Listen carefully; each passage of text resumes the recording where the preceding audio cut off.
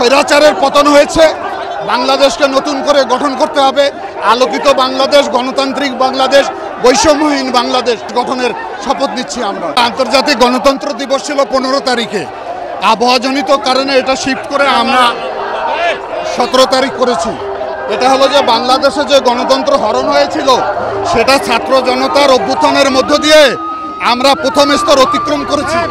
একটি স্বাধীন বাংলাদেশ, মুক্ত বাংলাদেশ, মুক্ত বাংলাদেশের মধ্যে একটি গণতান্ত্রিক নির্বাচনের মাধ্যমে, একটি সুষ্ঠু অবাধ নির্বাচনের মাধ্যমে জনপ্রতিনিধিত্ব সরকার গঠিত হোক, এটাই আজকে আমাদের দাবি। যে স্বৈরাচারের পতন হয়েছে, বাংলাদেশকে নতুন করে গঠন করতে হবে। আলোকিত বাংলাদেশ, গণতান্ত্রিক বাংলাদেশ, বৈষম্যহীন বাংলাদেশ গঠনের শপথ নিচ্ছি আমরা। গণতন্ত্র দীর্ঘ 16 বছর অবরুদ্ধ ছিল। শেখ হাসিনা তার ফ্যাসিস্ট কায়দায় বাংলাদেশের গণতন্ত্রকে হত্যা করেছে। তাই আমরা আজকে নতুনভাবে বাংলাদেশকে স্বাধীন পেয়েছি ছাত্র জনতার তুমুল বিক্ষোভের মধ্যে। এই ফ্যাসিস্ট শেখ হাসিনা দীর্ঘদিন আমাদের নেতাকর্মীদের গুম খুন হত্যা করে যাচ্ছিল এবং এই ছাত্র জনতার বিক্ষোভেও হাজার হাজার ছাত্র জনতা এখানে প্রাণ দিয়েছে। তাই যেহেতু দেশ নতুন করে গণতন্ত্র ফিরে এসেছে, আমাদের দেশনেত্রী বেগম খালেদা জিয়া মুক্তি পেয়েছে, আমাদের নেতা তারুণ্যের প্রতীক তারেক রহমান এখনও সকল মামলা থেকে মুক্তি পায় নাই। উনি সকল মামলা থেকে অব্যাহতি পেয়ে এই বাংলাদেশে এসে গণতন্ত্র প্রতিষ্ঠা করবে, নতুন করে নির্বাচন হবে। সেই নির্বাচনে ইনশাআল্লাহ দেশনেত্রী বেগম খালেদা জিয়া এবং তারুণ্যের প্রতীক তারেক রহমান এদেশকে গণতন্ত্রের আলোর মুখ দেখাবে। এজন্যই আমরা গণতন্ত্র দিবস পালন করতেছি। আমাদের প্রাণপ্রিয় নেতা বিএনপির ভারপ্রাপ্ত চেয়ারম্যান, উনি যে বার্তাটা জনগণের মধ্যে দিবে, সেন্ট্রালে যে বক্তব্য দিবে, সেই বক্তব্যে দেশের মানুষের শান্তির জন্য আমরা আজকে বার্তা দেব। আমাদের বাংলাদেশের মানুষ শান্তি থাকবে, বাংলাদেশের মানুষের গণতন্ত্র ফিরে যাচ্ছে, সেই কারণে বাংলাদেশের মানুষের শান্তি রক্ষার জন্য আজকে আমাদের বিক্ষোভ।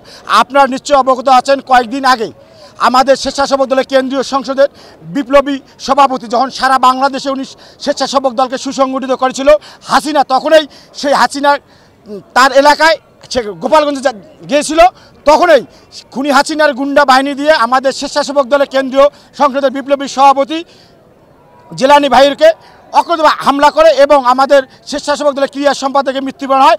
আমরা আপনাদের মাঝে সাংবাদিকের মাঝে জানতে চাই, অবিলম্বে ওই সমস্ত দোষরকে গ্রেপ্তার যদি করা না হয়, বাংলাদেশ জাতীয়তাবাদী স্বেচ্ছাসেবক দল সারা দেশে এমন কর্মসূচি দেবে, আওয়ামী লীগকে খুঁজে খুঁজে আমরা বাইর করে আমাদের বিচার আমরা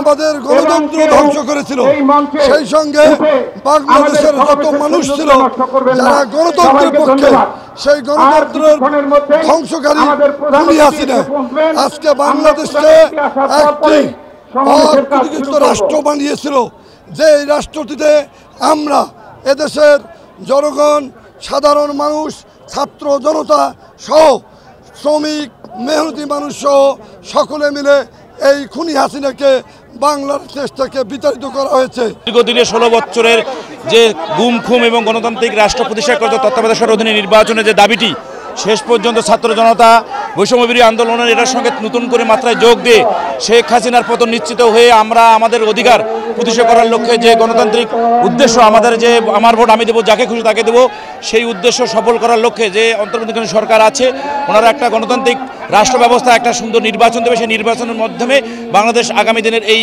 যাত্রা বাংলাদেশের পৃথিবীর ইতিহাসে মাথা উঁচু করে দাঁড়াবে, সেই প্রত্যাশায় আমরা করি আজকের এই দিনে। যে দীর্ঘ 17 বছর ধরে বাংলাদেশ একটি গণতন্ত্রবিহীন রাষ্ট্র হিসাবে সারা বিশ্বের মানচিত্রে প্রতিষ্ঠা লাভ করেছিল, আজকে বাংলাদেশ একটি স্বাধীন সার্বভৌম রাষ্ট্র এবং আজকের এই বার্তা এটাই প্রমাণ করে যে বিএনপি একমাত্র বাংলাদেশের গণতন্ত্রের পক্ষের শক্তি, মুক্তিযুদ্ধের পক্ষের শক্তি।